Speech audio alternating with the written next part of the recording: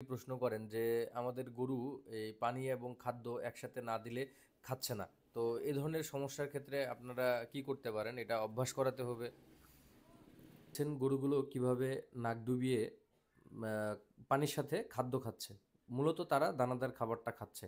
তো এইভাবে দানাদার খাদ্য খাওয়ালে গরুর যে ধরনের সমস্যা হয় সেটা হচ্ছে সে দানা খাবার খাওয়ার জন্য কষ্ট করে খাচ্ছে। এই খাবারটা শরীরে খুব একটা বেশি কাজে লাগে না। আর বেশিরভাগ সময় দেখা যায় যে গরুর আপনার হচ্ছে বদহজম বা খাদ্য ঠিকমতো হজম না হওয়া, পাতলা পায়খানা হওয়া, এই কারণগুলা কিন্তু আপনার হচ্ছে এই পানির সাথে একসাথে দানা খাবার মিশ্রিত করে খাওয়ানোর জন্য। তো আপনাকে যেটা করতে হবে, দানা খাবার আলাদা দিতে হবে এবং পানি আলাদা দিতে হবে। আর যেহেতু শীতকাল চলছে, গরুকে অবশ্যই কুসুম কুসুম গরম পানি দিবেন।